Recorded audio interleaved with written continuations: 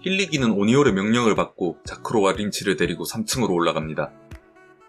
그들이 오는 것을 확인하는 두 사람, 아니 일반인 사이에 몰래 섞여있는 이 녀석까지 세 사람. 이들 셋은 모두 모레나 일당이었는데요. 여자 한 명과 페리고르 그리고 비레입니다. 시선을 느낀 슈 3인방은 바로 이들에게 다가갑니다. 일당 중 여자는 모레나에게 이 상황을 보고하러 가고 페리고르는 그들이 오는데도 계속 그 자리에 서 있네요. 힐리기가 혼자 여자를 따라가기로 하고 자크로와 린치는 페리고르에게 말을 겁니다. 그 순간 뒤에서 대기하고 있던 비레가 자크로의 목을 베고 동시에 페리고르가 린치의 배를 발로 차버립니다. 힐리기는 부하가 당하는 모습을 보고도 동료 없이 계속 모레나 일당의 여자를 쫓습니다. 여자는 3층 일반객실 에리어로 들어가는데요. 힐리기도 따라 들어가려 하자 국왕군 2명이 힐리기를 막아섭니다. A 일가는 모레나가 두목이 된 후 일가 명단을 의도적으로 제출하지 않았습니다. 곧 마피아 전쟁을 할 거니까 조직원들을 일반인 신분으로 그대로 두어 이를 방패로서 활용하기 위함이죠. 그러니까 지금 상황은 슈 간부가 A 일가 구역에 와서 일반인한테 시비를 걸고 있는 모양새입니다. 국왕군들에겐 힐리기를 막아설 명분이 있는 것이죠. 물론 이들은 마피아 전쟁이 시작되었다는 것, 방금 지나간 여자가 A 일가의 조직원이라는 것을 다 알고 있습니다. 상황을 알고 있음에도 불구하고 그들은 3층의 국왕군, A 일가로부터 이미 돈을 먹었고 그들에게 유리하게 행동하죠. 국왕군 2명을 처리하고 여자를 계속 쫓기엔 뒤처리가 매우 복잡해질 수 있습니다. 결국 힐리기는 여자를 놓치고 맙니다. 다시 자크로와 린치 쪽. 자크로의 상처에서 나온 피가 마치 섬유처럼 바뀌더니 비레를 묶고 내동댕이 칩니다. 한 방에 KO 당해버리는 비레. 자크로는 피를 조종하는 조작계 능력자였습니다. 린치는 페리고르를 패면서 그에게 모레나 일당에 대한 정보를 캐묻고 있습니다. 쉽게 대답해줄 것 같진 않습니다. 계속 대답 중이네요? 맞을 때마다 페리고르는 가만히 있는데 그의 영혼이 멋대로 대답하고 있는 중입니다. 린치의 능력. 질문을 하고 때리면 맞은 자의 영혼이 그 질문에 사실대로 대답합니다. 맞은 자와 린치만 영혼의 대답을 들을 수 있는데요. 몇 대 맞더니 그대로 기절해버리는 페리고르. 아까 봤던 국왕군 2명은 힐리기 3인방에게 당장 4층으로 내려가라고 합니다. 힐리기는 알았다면서 그들에게 돈을 찔러주는데 사실 그와 동시에 손가락을 몰래 두 사람의 총에 갖다 댔죠. 순순히 물러나는 힐리기. 그리고 양쪽 마피아로부터 돈을 받아 기분 좋은 국왕군들. 그런데 갑자기 그들의 총이 뱀으로 바뀌더니 뱀들은 머리를 움직여 서로를 겨냥하곤 그대로 총알을 발포해버립니다. 힐리기의 능력. 접촉한 기기나 무기가 본래의 기능을 가진 채 생물로 바뀌며 이 생물을 조종할 수 있습니다. 다른 사람들이 보기엔 군인들이 서로에게 발포한 모양새입니다. 소란을 틈타 자리에서 벗어나는 힐리기 3인방. 자크로와 린치는 히소카를 찾아 나서고 힐리기는 혼자서 모레나 일당 사냥을 시작하기로 합니다. 인적이 드문 곳으로 가 벽에 자신의 피를 흩뿌리는 자크로.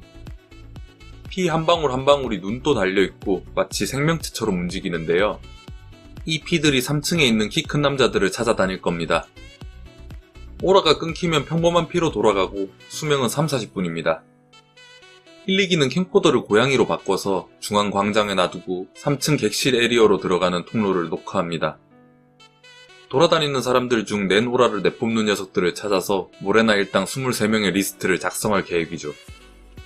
고양이를 설치해놓고 다시 길을 떠나는 힐리기. 그의 주위에는 비둘기들이 계속 날아다니고 있습니다. 그리고 힐리기에게 따라붙은 3명. 그들은 모레나 일당의 멤버들이었는데요. 모두 레벨 20 이상, 이미 낸 능력이 발현된 녀석들입니다. 그중 파두이유가 먼저 힐리기에게 다가갑니다. 파두이유의 능력, 오른손을 여러가지 무기로 바꿀 수 있습니다. 힐리기를 뒤에서 기습하는 파두이유. N을 켜두고 있던 힐리기는 바로 비둘기로 바꿔놨던 수갑을 조종, 오른손에 수갑을 먼저 채우고 비둘기가 왼손으로 가 왼손에도 수갑을 채워 결박해버립니다. 뒤에 있던 데베라레스와 크오롤은 총을 쏴보지만 힐리기와 비둘기 모두 오라로 가드되어 있어 총은 무용지물입니다. 그때 파드이유는 오른손을 드릴로 바꿔 수갑에서 빼내고 그대로 힐리기를 공격. 힐리기는 손으로 막아봤지만 손이 뚫려버리는데요. 한 방 먹은 힐리기는 파드유를 발로 차 우선 거리를 벌리고 비둘기 수갑으로 왼손과 왼다리를 묶어버립니다. 이러면 수갑에서 도저히 벗어날 수 없는 상황. 파드유는 오른손을 도끼로 받고 수갑을 자르면 그만이라 생각하죠.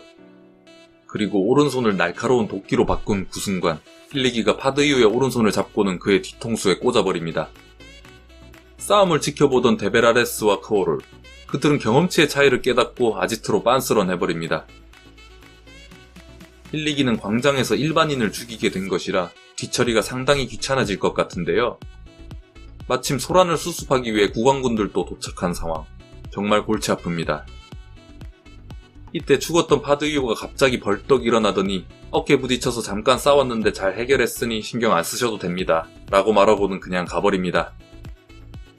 이것은 슈 일가의 옛 조직원 미샤의 사오넨. 슈 조직원이 누군가를 살해하면 시체를 조작해서 사건을 원만하게 처리한 후 사라집니다. 그렇게 흐지부지 잘 넘어가려는데 소란을 수습하러 온 국왕군 중 한 명이 돈을 주면 모레나의 위치를 말해주겠다고 합니다. 배의 도면에 존재하지 않는 방이 있으며 그곳에 생활배선까지 설치되어 있다는 것. 도면에도 넣지 않은 방인데 전기배선을 넣고 사용하고 있다는 건 확실히 수상하죠. 힐리기는 돈을 줄 테니 그 방으로 안내하라고 합니다. 피가 찾아낸 키 큰 사람들에게 가서 희속하냐고 물으면서 다짜고짜 패고 있는 린치. 거의 3층에 있는 키 큰 사람들은 죄다 패고 다니는데요. 그러다 정말 히소카를 만나버렸습니다. 배 어딘가에 숨어있을 줄 알았던 히소카는 사실 그냥 3층에서 대놓고 돌아다니고 있었습니다. 히소카가 맞냐고 질문하면서 한 방 날리려는 린치. 순식간에 반격을 맞고 쓰러집니다. 자쿠로는 반격하는 모습을 보지도 못했죠. 이 정도로 빠른 공격, 그리고 압도적인 오라의 양까지. 자쿠로는 이 사람이 히소카구나 확신합니다. 바짝 쫄아버린 자쿠로는 히소카에게 슈샤 일가 전체가 너를 찾고 있는데 궁금하면 따라올래? 라고 상냥하게 물어봅니다. 그 질문에 대한 히소카의 대답은 같이 영화 보러 가자, 뭐 볼래? 확실히 정상적인 대화는 아닌 것 같네요. 그러고는 뒤따라오고 있던 자쿠로도 기절시켜버립니다. 아지트로 돌아온 여당 광팬 츠동케. 츠동케는 문 앞에 있는 루이니의 시체를 보고 화들짝 놀라는데요.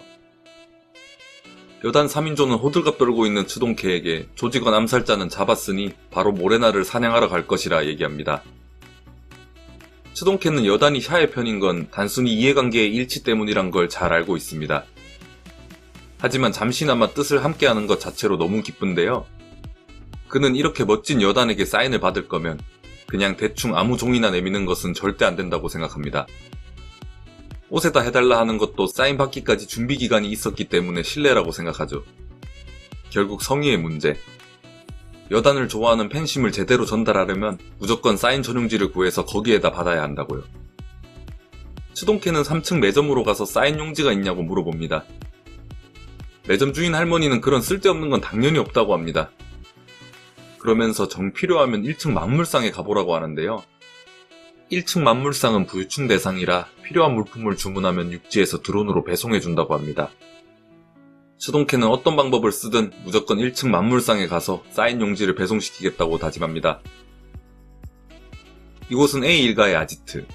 자쿠로와 린치에게 맞은 비레와 페리고르도 아지트에 복귀했습니다. 배달부였던 루이니의 죽음으로 이들의 레벨업에 제한이 걸릴 수도 있을 것 같은데요. 방출계 능력자인 보쿤테는 자신의 능력으로 루이니를 대체해보자고 제안합니다. 보쿤테는 능력 스타일상 루이니처럼 마구잡이로 납치하는 것과는 다르다고 말합니다. 오히려 먹이가 그물에 걸리길 기다리거나 그물 쪽으로 먹이를 유인하는 방식이니까 이를 잘 활용해보자고 하죠. 기절했다 깨어난 린치와 자쿠로. 힐리기에게 히소카를 찾았다고 보고합니다. 보고 내용을 들은 힐리기는 히소카 확보가 더 우선과제라고 결론 내리고 국왕군에게 잠깐 기다리라고 한 뒤 곧바로 극장으로 가는데요.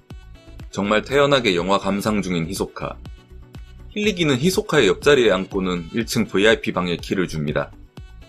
그리고 모레나 사냥이 끝날 때까지만 1층 오락구역에서 놀면서 기다려달라고 하죠. 전혀 협조할 생각이 없어 보이는 히소카. 힐리기는 현재 샤슈 여단대 A 구도를 설명해주고 이 타이밍에 여단과 히소카가 싸우면 샤슈 모두가 히소카의 적이 될 수밖에 없다고 하는데요. 그 말을 들은 히소카는 그 혼돈이 오히려 재밌겠다고 합니다. 힐리기는 그냥 솔직히 말하기로 합니다.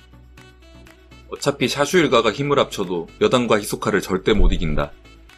우리 마피아가 지키려는 것은 밸런스, 그걸 무너뜨리려는 A 일가와 싸워야 하는데 샤슈가 연합해도 A와의 싸움은 미지수다. 여단이라면 금방 녀석들을 없애줄 테니까 잠시만 놀고 있어 달라. A 일가만 정리되면 절대 방해할 생각 없다. 오히려 동세대 괴물들끼리의 싸움을 볼 수 있는 찬스를 절대 놓치고 싶지 않다. 거기까지 들은 히소카는 여단과 자신 중 누가 이길 것 같냐고 묻는데요. 여단이 이길 것 같다는 힐리기. 힐리기의 솔직한 설득이 먹힌 걸까요? 히소카는 힐리기의 요청을 받아들입니다. 물론 여단이 찾아와서 먼저 시비를 걸 경우엔 싸울 것이란 조건을 붙이고 힐리기도 이를 받아들입니다. 시청해주셔서 감사합니다. 다음 화에서 계속하겠습니다.